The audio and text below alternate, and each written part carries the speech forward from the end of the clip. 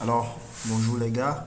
Je vais faire aussi aujourd'hui 12 février 2023, dimanche.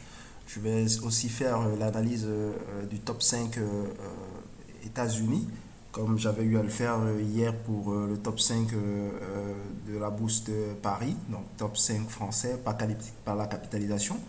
Donc là, je vais le faire aussi pour les Américains, le top 5 par la capitalisation. Donc on aura Apple, Microsoft, Google, Amazon, Berkshire Hathaway. Et puis on va compléter avec Tesla et Meta, puisque Meta il n'est plus dans le top 5. Avant c'était les GAFAM, mais bon, ça a bien changé depuis la chute de Meta, mais on va voir ce qu'il en est. Est-ce qu'on peut sauver Facebook? Est-ce qu'on peut toujours se positionner? J'avais déjà eu à faire quelques vidéos individuelles pour chaque action dans ce cas de figure, mais là je vais faire une vidéo un peu groupée pour toutes ces actions-là une fois, puisque c'est le même pays et on va essayer juste de passer sur chaque action au niveau de chaque time frame, comme mensuel, hebdomadaire et le journalier, ce qu'il en est. Alors tout de suite, on va commencer avec l'action de Apple, puisque c'est le boss. Alors, Apple, qui actuellement est au-dessus des 2 trillions. Donc, qu'est-ce qu'on a au niveau du mensuel déjà? Au niveau du mensuel, on avait dit la dernière fois que l'action de Apple était et la force en fait était aux vendeurs. Si on considère bien sûr notre bande de Bollinger de 20 périodes, que vu que la bande inférieure a été testée, cela voudrait dire que la force est du côté des vendeurs et que forcément on doit assister à ce qu'on voit actuellement, c'est-à-dire une clôture des prix au-dessus de la moyenne mobile à 5 périodes qui indiquerait ainsi que les acheteurs essayent de reprendre la main aux vendeurs, mais que si la tendance devait continuer et qu'on devait avoir un breakout assez violent, alors là, ça va s'arrêter normalement quelques bougies maximum après cela et nous devions revenir casser cette zone. Donc si on cassait cette zone-là, le marché allait continuer. Et donc pour le moment, nous, sur le mensuel, nous devons rester à l'écart parce que la force appartient aux vendeurs. Donc tout peut se passer dans leur sens à n'importe quel moment. Donc sur Apple, au niveau mensuel, il faut être à l'écart parce qu'il y a pas, la force n'est pas encore dans la main des acheteurs. Alors, sur Apple, par contre, au niveau hebdomadaire, ce qu'on vient de voir, en fait, on n'est pas encore arrivé au bout, mais on s'en approche. C'est-à-dire que les prix sont en train d'aller tester la bonne supérieure, ce qui voudrait dire que la force est en train de revenir aux acheteurs. Nous sommes également et nous avons assisté également au croisement des deux moyennes mobiles ici. Donc normalement ça aussi c'est un indicateur supplémentaire que la tendance est dans le sens des acheteurs. Et pour la zone d'investissement, nous sommes en dessous de notre moyenne mobile de 40-20 périodes, ce qui veut dire que nous sommes dans la zone où nous avons plus de possibilités d'accumuler moins cher. Donc, vu cela, nous allons attendre patiemment que la borne supérieure soit testée, que nous puissions avoir ce scénario comme d'habitude, la borne supérieure testée, le pullback qui va suivre et après le breakout qui va nous permettre de nous positionner et d'entrer. Donc pour le moment, c'est ce qu'on espère en hebdomadaire. On est assez proche de pouvoir accomplir la première phase qui est la phase de test.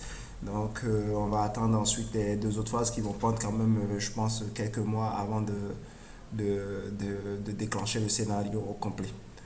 Alors, on va passer ici au journalier au niveau de Apple. Donc au journalier, comme on avait vu il y a quelques semaines, où on disait que voilà, il y aurait un breakout et donc breakout a eu lieu parce que dès l'instant où la borne supérieure a été testée, ça voudrait dire que la force étant aux acheteurs, nous on a continué parce que celui-ci n'est pas valide parce que la clôture n'était pas une clôture vendeuse mais plutôt des acheteurs.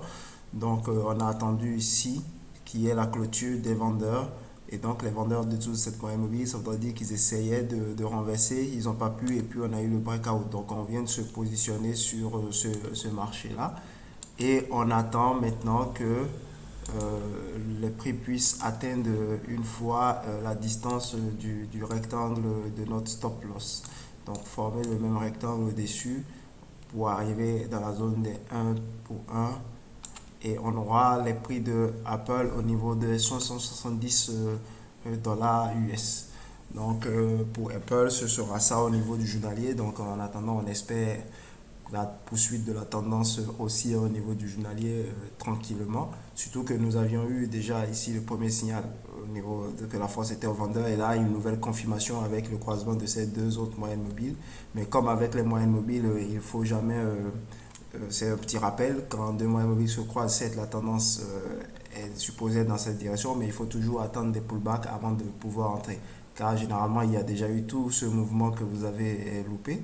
Donc, vous ne pouvez pas entrer directement après ce croisement. Il faudra forcément attendre une petite pause pour pouvoir décider d'entrer soit sur un breakout qui montre qu'il y a une continuation.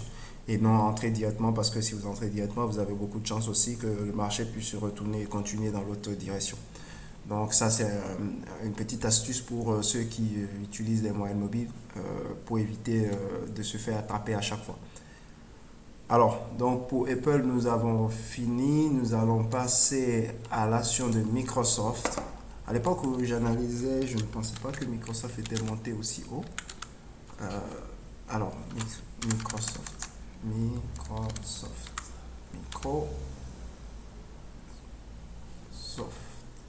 Où est le problème? Voilà.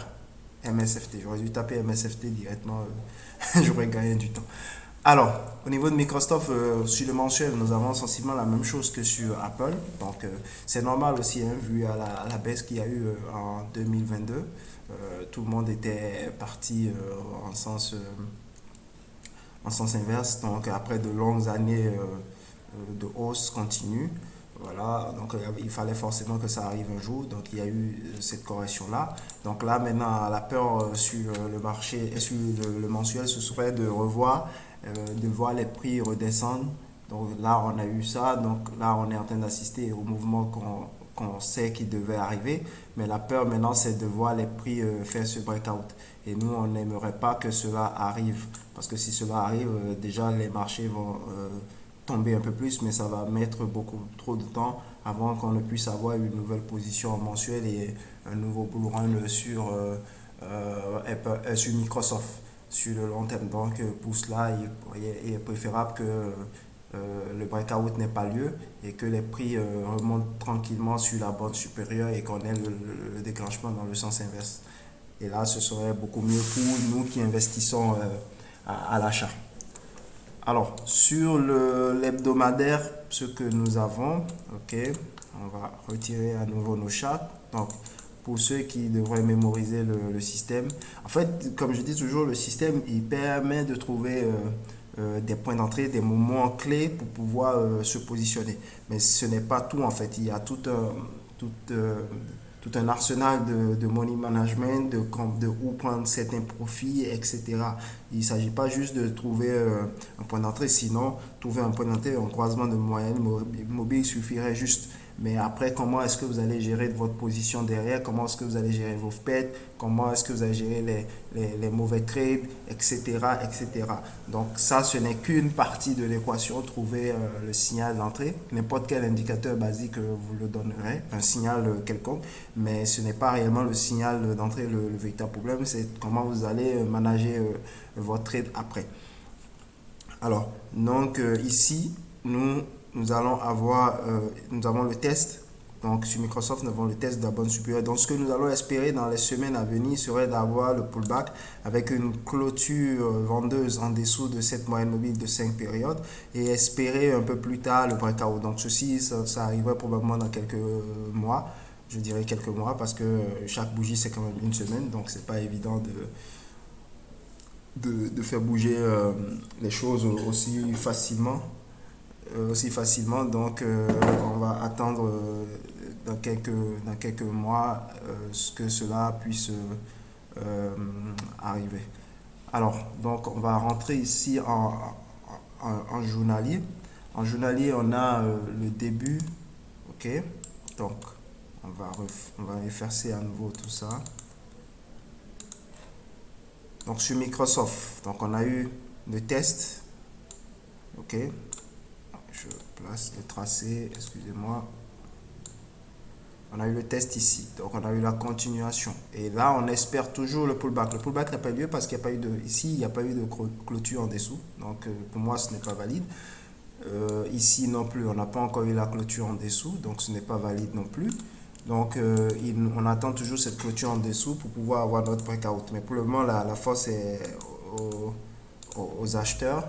Et donc, on espère que les vendeurs vont gagner un peu la main pour nous permettre d'avoir ce pullback tant attendu afin de pouvoir nous positionner à l'achat au niveau de Microsoft en journalier. Donc, voilà, on a fait pour Microsoft et Apple. On va essayer de faire pour Google. Tout de suite, on va passer à Google. Google. Je vais mettre classe A. OK. Alors, sur Google, pareil. Donc, en mensuel, vu la chute de 2022, tout le monde a pratiquement, ils ont presque tous testé la borne inférieure. Donc là, nous avons eu le pullback valide. Donc là, on attend le breakout. Ce qu'on n'espère pas pour nous qui sommes acheteurs, nous espérons forcément que les prix remontent sur la borne supérieure pour qu'on puisse avoir le déclenchement en sens inverse. Donc pour le moment, la force est aux vendeurs sur Google en mensuel. Donc nous n'avons rien à faire pour nous qui achetons.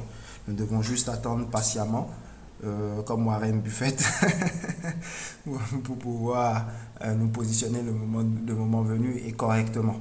Donc, il n'y a pas de problème à ce niveau. On va passer au mensuel, à l'hebdomadaire. Donc, comme vous avez compris comment ça fonctionne pour ce genre de système, comme je l'ai dit, vous pouvez utiliser moi ma façon de faire, mais vous pouvez aussi voir d'autres systèmes comme par exemple la technique des tortues, la technique de Stein Weinstein, de Olive Neal, de tout un autre groupe de gars qui, en fait, tous les systèmes qui sont basés un peu sur le breakout, vous allez essayer de voir et de vous renseigner sur ce genre de système. Vous n'êtes pas obligé d'utiliser celui-là. Vous pouvez même utiliser uniquement, comme je l'ai dit, le croisement des moyennes mobiles.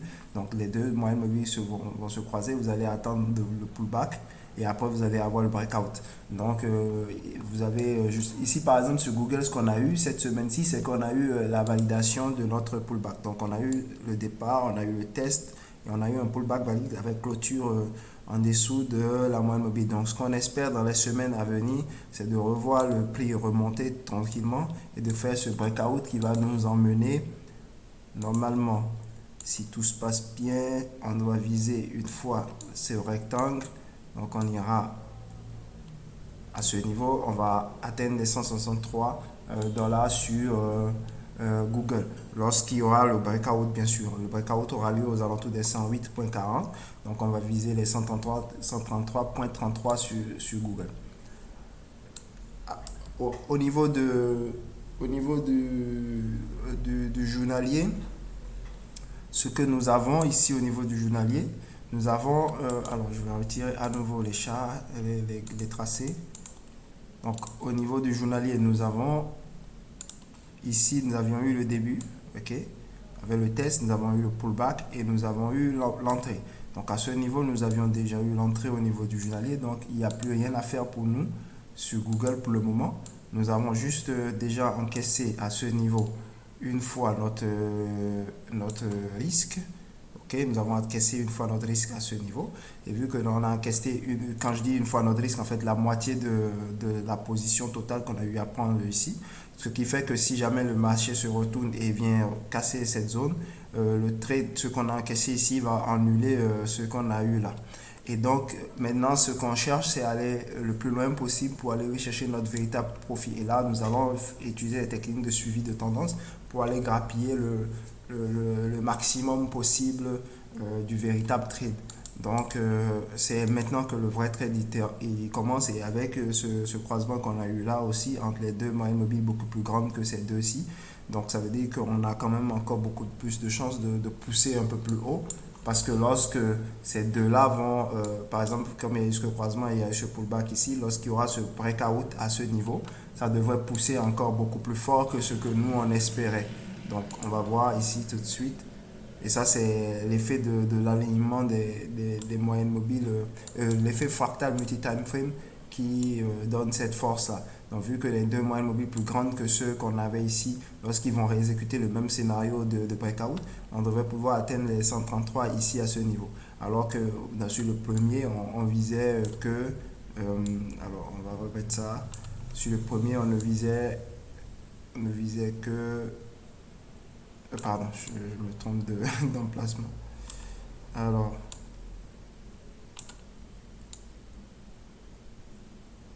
sur le premier, on ne visait que les 100. OK?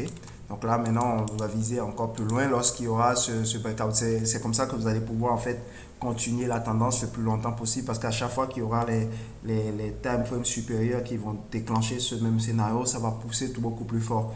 Donc, et vous avez pris votre trade sur ce time frame là, c'est-à-dire entre la 20 et la 5, mais vous avez eu l'effet continuation ici déjà avec la 80 et la 20, et peut-être ce sera avec la 80 et la 320, ainsi de suite. Mais ce qui veut dire en fait que sur les time frames de plus en plus supérieurs, il y a des déclenchements et des mouvements de plus en plus lourds qui commencent pour aller le plus loin possible. Donc c'est un peu ça sur Google. Et là, nous irons maintenant sur un autre graphique qui sera celui de Amazon. Donc, on va passer à Amazon et on va voir ce qu'il en est sur Amazon. J'enlève le E parce qu'Amazon n'a pas de... Sur Amazon, là, n'a pas Alors, donc sur Amazon, même chose. On a ici, contrairement aux deux autres qu'on a eu à voir Amazon, lui, aux trois autres, pardon, Amazon, lui, il avait déjà même validé le breakout baissier là. Donc il avait fait ça, il avait cassé. Donc lui, il avait même cassé, contrairement aux autres qui n'ont pas cassé et qui ont commencé à remonter. Donc lui, il avait cassé, vous voyez qu'il continue la tendance baissière sur le mensuel. Donc ce que nous, on doit espérer aussi sur Amazon avant de nous positionner, c'est qu'il aille tester la bande supérieure, qu'il fasse ce pullback et qu'il casse vers le haut. Donc tant qu'on n'a pas ça, on ne fera rien sur Amazon. On va attendre patiemment que sur le mensuel, cette configuration se présente. Comme ça, c'est toujours présenté hein, par le passé aussi, ça se présente toujours. Si vous voulez les gros déclenchements, il faudra compter sur des breakouts qui sont souvent, pour moi, les trucs les plus puissants pour pouvoir se positionner à l'entrée. Donc, et moi, je parle surtout du breakout à l'horizontale. Il ne s'agit pas des cassures, des obliques, non. Il s'agit de casser à l'horizontale, une cassure des prix à l'horizontale, pas les tracés de tendance oblique, tout ça. Je ne trouve pas ça assez solide. Donc, ici, on va passer au niveau de l'hebdomadaire et on va faire la même chose au niveau de l'hebdomadaire. Alors, qu'est-ce qu'on a ici au niveau de l'hebdomadaire? On est toujours en baisse, ok? On est toujours en baisse parce qu'on n'a pas encore testé la bande supérieure, mais là, avec la montée, on est en train d'avoir les premiers signaux. Donc, on va bientôt peut-être assister dans quelques semaines au test de cette bande supérieure. Surtout qu'on a déjà un premier croisement ici entre ces deux moyennes mobiles. Ça voudrait dire que la tendance, quand même, à court terme est déjà en train de passer dans la main des acheteurs. Donc, on va attendre le test ici de la bande supérieure. Ensuite, espérer le pullback. Et après le pullback, lorsqu'on aura le breakout, on va savoir réellement quand est-ce que où on va se positionner et ce qu'on ira viser comme objectif. Donc, pour le moment, en hebdomadaire, on observe cette action de Amazon. On aura on aura le scénario 1 qui va, la phase 1 qui va se compléter, ensuite la phase 2 et maintenant la phase 3 qui va être la phase de déclenchement. Donc, pour le moment, sur Amazon, on attend patiemment aussi au niveau de l'hebdomadaire. Alors, on va aller au niveau du journalier pour terminer avec l'action de Amazon. Au niveau du journalier, qu'est-ce qu'on a? Au journalier, qu'est-ce qu'on a? On s'était déjà positionné ici au niveau du journalier parce que le scénario s'était déjà validé. Donc, on a eu 1, 2 et 3. Donc, il a eu la cassure ici. Et vu qu'il a eu la cassure, on doit aller viser comme d'habitude une fois la zone du rectangle, c'est-à-dire la zone qui se trouve entre les deux bords. Donc, on va faire une fois cette zone-là, c'est ce qu'on espère en journalier. Donc, pour le moment, on est arrivé juste à 114 et on s'est retourné, mais nous, on veut atteindre 117. Donc, si on atteint 117, on pourra sortir une partie de la position et après aller chercher beaucoup plus loin le véritable trade pour pouvoir avoir les meilleures performances possibles. Donc pour le moment, pour Amazon en journalier, on est en tendance haussière sur le journalier. Donc on va espérer que ça puisse continuer le plus longtemps possible. Sur ce, on va enchaîner avec le cinquième qui est Berkshire Hathaway. Donc BRKA. BRKA.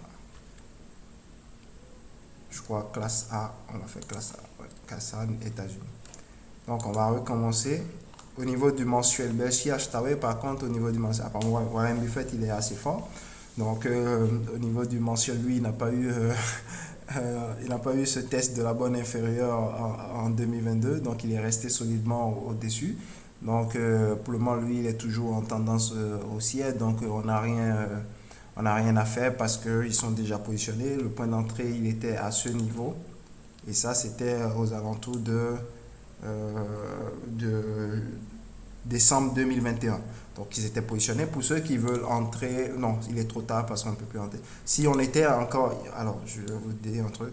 Donc là, on va viser beaucoup une fois. Je ne vais pas faire répéter la même chose puisque je l'ai déjà répété plusieurs fois dans la vidéo. Par contre, pour ceux qui, si c'était que quand on a cassé cette zone et qu'on était au-dessus et qu'il est revenu dans ce rectangle-là, qui est formé par les deux zones, ok, donc le rectangle qui est ici, et que les prix sont revenus et que vous n'étiez pas encore entré, vous pouvez vous positionner en fait comme vous voulez parce que vous allez forcément avoir plus d'unités puisque le point de départ étant ici et qu'il avait dépassé, il était revenu dans la zone et que vous n'étiez pas encore entré, donc vous pouviez vous positionner.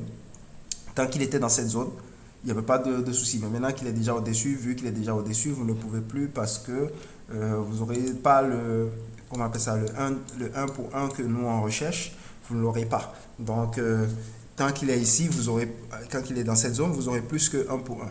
Donc, tant qu'il est passé au-dessus, vous ne pouvez plus avoir le 1 pour 1. Donc, pour ça, on ne peut plus entrer sur le mensuel, sur l'action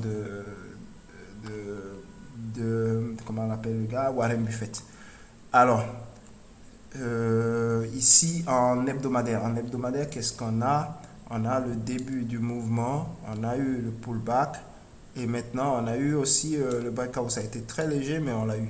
Donc ça veut dire que vous pouvez vous positionner et vu qu'il est entre les deux zones là et le point de déclenchement, donc vous pouvez vous positionner comme vous voulez dans cette zone tant qu'il ne repasse pas au-dessus de la zone-ci, il n'y a pas de problème. Tant qu'il n'y a pas il peut repasser au-dessus, il n'y a pas encore de véritable problème parce que vous êtes dans la bonne zone.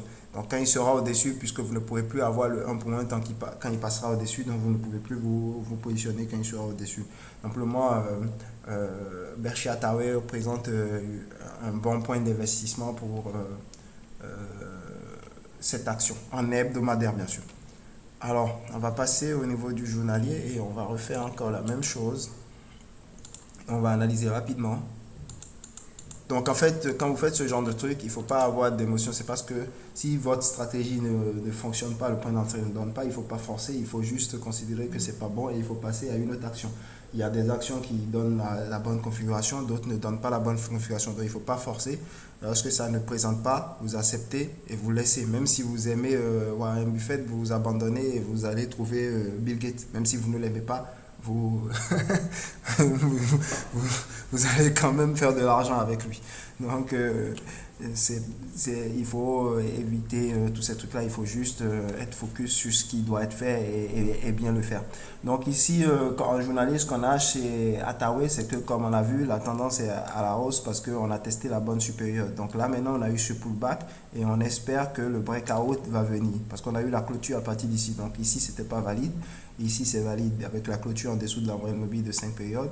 Et donc là, maintenant, on espère le breakout. Donc lorsqu'on aura ce breakout dans cette zone-là, donc quand on aura le breakout ici, on pourra se positionner et aller viser une fois la distance qui est là, donc la distance de ce rectangle-là. On pourra aller viser une fois cette distance et continuer. Donc pour le moment, on n'a pas encore le breakout au niveau du journalier chez Berkshire Hathaway. Mais en temps normal, ça devrait pouvoir venir tranquillement pour qu'on puisse aller viser cela. Puisque, si on se rappelle bien, au niveau de l'hebdomadaire et du mensuel, quand même, il a déjà donné la configuration haussière au niveau avec le déclenchement au niveau de ces deux time frames. Donc, le journalier, normalement, il aura plus tendance à suivre ses grands frères que d'aller faire autre chose. Donc pour le moment, dans le journalier, on va espérer que pour que les autres puissent atteindre leur objectif, que le journalier puisse continuer aussi sa tendance. Alors, donc on a fait les 5 market caps, le top 5. Donc on a eu ici Apple 2,39 trillions, on a Microsoft 1,96 trillions, on a Alphabet, donc Google 1,22 trillions, on a eu Amazon 995 billions, on a Berkshire Hathaway 691 billions. Donc là, on va vite faire, on va enchaîner avec normalement, ils ne sont pas dans le top 5, mais on va les mettre dedans. Ce sera, comme j'ai dit, on va faire Tesla et Meta. Donc, on va aller vite fait sur Tesla. Comme on avait déjà eu une vidéo sur Tesla par le passé, où je vous annonçais ce qui pouvait venir et que c'était du bon. Et justement, on a eu le bon qui a continué. Donc là, on va essayer de voir. Donc ici, Tesla, comme les autres en mensuel, c'est baissier. Donc au mensuel, c'est baissier. Donc il faut rester à l'écart en attendant que la configuration puisse changer avec le test de la bonne supérieure qu'on puisse entrer. Au niveau de l'hebdomadaire, c'est aussi baissier. Donc il faut également attendre au niveau de l'hebdomadaire qu'on puisse tester la bonne supérieure. Et si on arrive à tester la bonne supérieure au niveau de l'hebdomadaire aussi, on pourra espérer le pullback et le breakout pour pouvoir nous positionner pour un long run. Donc là, pour le moment, et surtout que comme je vous ai dit, quand on est en dessous de notre moyenne mobile de 80 périodes, c'est qu'on est dans la meilleure zone pour prendre un trade de départ et pour accumuler le plus possible pour ceux qui font des CA ou qui cherchent le prix moyen. Donc, être en dessous de cette moyenne mobile-là, c'est-à-dire vous prenez une des moyennes mobiles qui est votre moyenne mobile de repère quand vous êtes au-dessus, quand vous êtes en dessous. Et par rapport à cette moyenne mobile, vous déclenchez vos positions, etc. Donc les stratégies vont varier. Par exemple, si vous êtes au-dessus, c'est que vous êtes déjà dans une zone qui est un peu partie. Donc vous allez avoir des techniques un peu de sniper. Et si vous êtes en dessous, vous allez être moins sniper, mais parce que vous ne savez pas quand est-ce que la baisse va s'arrêter, mais vous allez avoir des techniques d'accumulation. Mais il vous faut quand même cette ligne comme si c'était un point d'équilibre. Et travailler par rapport à ce point d'équilibre. Donc, quand vous travaillez l'objectif, par exemple, quand vous êtes dans l'accumulation, l'objectif c'est d'accumuler suffisamment en dessous pour que quand ça passe au-dessus, que vous soyez suffisamment en gain. Or, l'autre côté, quand vous êtes sniper, c'est qu'en dessous, vous ne prenez aucun risque parce que vous savez que le marché, vous ne savez pas quand est-ce que le marché il va repartir, mais quand vous êtes au-dessus, vous savez que le marché est déjà parti, donc vous allez venir pour venir sniper, faire des one-shots, récupérer juste des bouts de viande et laisser le marché continuer. Donc vous allez juste sniper quand vous êtes au-dessus et quand vous êtes en dessous, vous pouvez accumuler comme vous voulez. Donc c'est deux méthodes un peu différentes parce que c'est pas le même objectif visé, mais à la fin c'est pour se faire de l'argent. Donc chacun fera en fonction de comment il sent. Donc comme je disais au niveau de Tesla en hebdomadaire on est baissier, donc on va attendre qu'on teste la bonne supérieure et on pourra partir. Alors en journalier, comme on avait vu en journalier, on disait que c'était le début, il y avait le test. Par contre, on n'a pas encore le positionnement.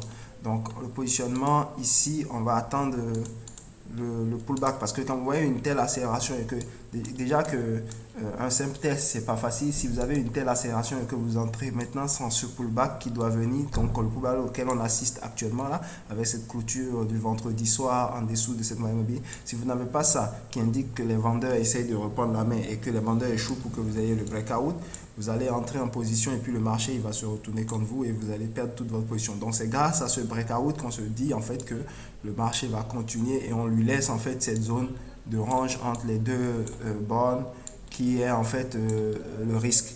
Et après vous allez viser une fois cette distance. Donc pour le moment Tesla elle est à la hausse, donc on attend maintenant le breakout puisqu'il a déjà donné le retracement, on attend le breakout pour pouvoir continuer la tendance. Alors, on va finir avec Meta. J'aurais aimé faire d'autres actions comme Nvidia, Intel, etc. Mais le concept est le même. Ça veut dire que si vous prenez n'importe quel chart et que vous avez les mêmes données que moi, les mêmes indicateurs que moi, vous devrez normalement en venir à la même conclusion si vous utilisez le même système que moi. Mais comme je vous le dis, vous n'êtes pas obligé d'utiliser le même système que moi. Vous n'êtes pas obligé de faire avec la Bollinger Band et tous ces trucs-là. Vous pouvez utiliser par exemple des systèmes comme celui de Stan Weinstein qui est assez populaire et très efficace ou d'autres. Et souvent, moi, je vous recommande plus des techniques de breakout parce que c'est très bien. Vous pouvez utiliser ce système de breakout en accumulation comme en technique de sniper. Donc en accumulation, vous allez entrer en position avec des breakouts à des moments précis quand la tendance est contre vous. Et vous allez mais à des moments précis, vous sentez que ça peut se retourner. Et si ça ne se retourne pas, bon, c'est votre première position. Vous allez accumuler au fur et à mesure pour avoir un prix moyen. Et quand vous êtes au-dessus, c'est que vous allez avoir des techniques de sniper avec ce même système de breakout. Donc vous allez juste prendre des trucs. Souvent, les gens qui utilisent des trucs, des effets de levier, tout ce truc-là, vous allez prendre votre position, vous allez tirer, sortir. Tirer, atteindre votre objectif et sortir.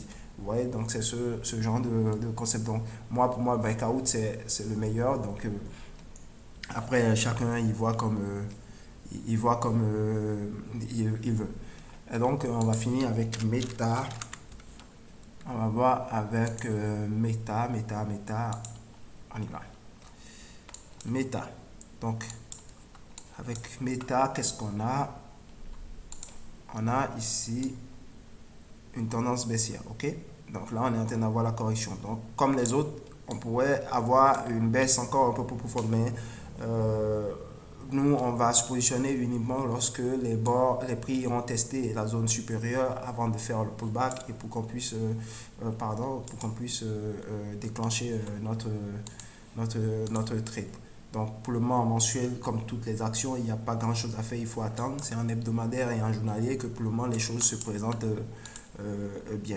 Et si vous avez vu avec ce système-là, presque toute la baisse de 2022, vous êtes resté à l'écart.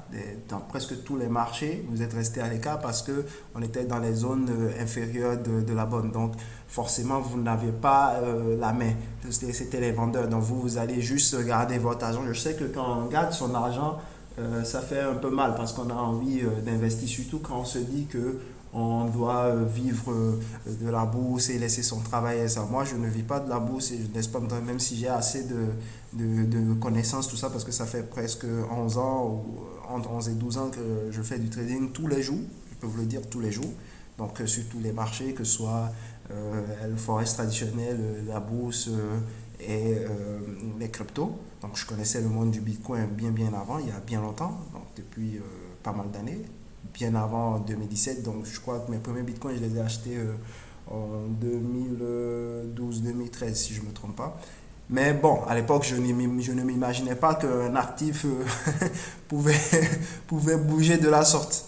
Vous voyez, donc c'est réellement en 2017 que j'ai réalisé que des choses pouvaient bouger comme ça. J'avais aussi énormément d'unités d'Ethereum que j'ai revendues bêtement. Parce qu'à l'époque, je n'étais pas aussi bon, aussi qualifié. J'apprenais, j'échouais beaucoup, j'ai rencontré, comment on appelle ça, les débuts du Brexit où il y avait aussi, lorsque les Suisses ont enlevé leur parité avec la fixité avec l'euro, et puis il y a eu un Black Swan, tout ça, ce jour-là, je me suis cassé la dent, fatigué.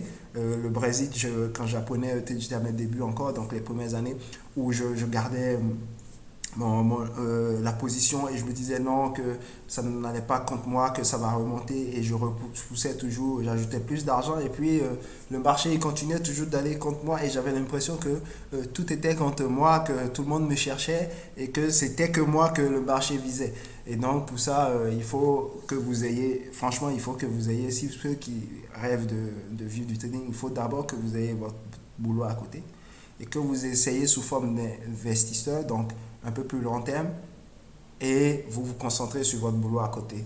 Vous allez voir que vous allez beaucoup mieux réussir et faire de meilleures performances que en voulant vivre directement de cela. Parce que si vous le vivez directement de cela, ça va vous mettre de la pression et donc vous n'allez pas pouvoir être, comment on appelle ça, plus efficace que moi. J'ai vraiment décollé quand j'ai compris que non, il fallait que je fasse d'autres activités dans la vie réelle. Donc je l'ai fait et en plus je performe bien aussi dans ces activités. J'en fais au niveau de l'informatique, tout comme au niveau du marketing et tout ça.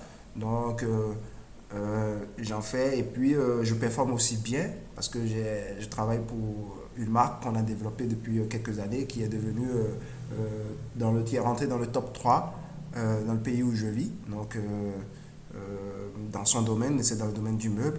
Donc, on est rentré dans le top 3 et je gère le département informatique et en même temps le département marketing. Donc, ce sont mes stratégies qui sont employées et développées dans cette zone-là. Donc, pour vous dire en fait que, et ça me met moins de pression.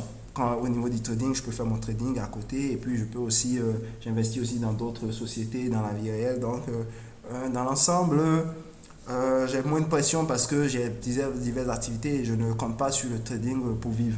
Donc, à ce niveau-là, il n'y a pas de souci à se faire. Donc, on va aller sur Meta. On a déjà vu au niveau mensuel. Donc, ici, au niveau hebdomadaire, voilà le résultat. Donc, on a testé la bande supérieure. Donc, on a testé la bande supérieure. Donc, on attend le pullback. Et après ce pullback, on attend le breakout. Donc, pour le moment, on est au début du pullback. Donc, il nous faut en fait la clôture en dessous de cette zone. Et lorsqu'on aura la clôture en dessous de cette zone, on pourra espérer derrière ce breakout là pour pouvoir nous positionner. Donc pour le moment, Meta il est assez chaud. J'ai vu beaucoup de gens sur YouTube et dans le truc analyser et regretter d'être pas entré sur Meta. Pour le moment, moi je vous ai dit, mon time frame préféré c'est l'hebdomadaire. Donc tant que c'est l'hebdomadaire, mon time frame préféré, je regarde, j'observe. Pour le moment, il y a ceux qui ne sont pas rentrés, vous n'avez encore rien loupé. Sincèrement, vous n'avez encore rien loupé. C'est maintenant qu'on est en train de voir si les vendeurs et les acheteurs qui va vraiment gagner pour c'est-à-dire cette tendance baissière qui avait lieu sur l'hebdomadaire, c'est maintenant que ça va se décider. Donc les vendeurs vont essayer de reprendre la main pour continuer à envoyer le marché beaucoup plus bas. Et maintenant, c'est aux acheteurs de leur mettre les bâtons dans les roues pour reprendre la direction haussière. Donc les vendeurs vont essayer de reprendre la main ici et les acheteurs doivent essayer de les recontrer pour maintenant nous changer la tendance et qu'on passe dans une tendance haussière sur Meta. Donc pour le moment, ceux qui ne sont pas rentrés sur le Meta, vous n'avez encore rien loupé, je peux vous le garantir. Ici, donc, nous allons finir avec le journalier parce que ce n'est pas quelques mouvements sur le journalier et quelques petits gains sur le journalier qui font que vous avez loupé quoi que ce soit. Vous n'avez rien loupé du tout. Ça dépend du time frame sur lequel vous agissez. Si vous agissez sur le journalier, oui, vous avez loupé. Il est parti. Mais c'est combien? Combien aurez-vous? Alors, ici, vous voyez, sur le journalier, on est entré là. Ok, donc on est passé de, vous aurez eu juste une fois ou voire maximum deux fois la bonne distance. Donc sur le journalier, on est passé de 7, on est passé de 124 à 160. Ben, ça dépend de combien vous avez misé et combien vous aurez. Donc vous n'avez qu'une fois ou maximum. Donc, vous n'avez encore rien loupé. Chacun trade par rapport au time frame. Il y en a qui peuvent trader en horaire ou en minutes ou en secondes. Et chacun il fait avec le time frame, donc il ne faut pas paniquer à ce niveau-là.